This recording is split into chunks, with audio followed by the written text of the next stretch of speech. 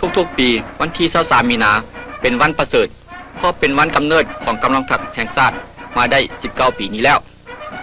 พระบาทสมเด็จพระเจ้ามหาชีวิตองค์ทรงดำรงตำแหน่งจอมทัพลาวตามรัฐธรรมนูญมาตรา14กำลังทรงตรวจแถวทหารคนเฉลิมไสเสด็จสุนทรภูมิมานายกรัฐมนตรีของรัฐบาลราชอาณาจักรและในนามรัฐมนตรีกระทรวงป้องกันประเทศถวายน้อมเกล้ากราบบังคมทูลละอองธุลีพระบาทรายงานผลสำเร็จของกองทัพแห่งชาติปฏิบัติงานประจำปีในตอนหนึ่งเสด็จได้พระโอวาทว่าพระราชอาณาจักรลาวเฮาถูกศัตรูทางเหนือเข้ามารุกรานราวีบ้านเมืองเฮากำลังทัพแห่งชาติจึงได้ทวีความขยันขันแข็งในหน้าที่ป้องกันประเทศเพื่อขับไล่ศัตรูออกจากแดนดินลาวเฮา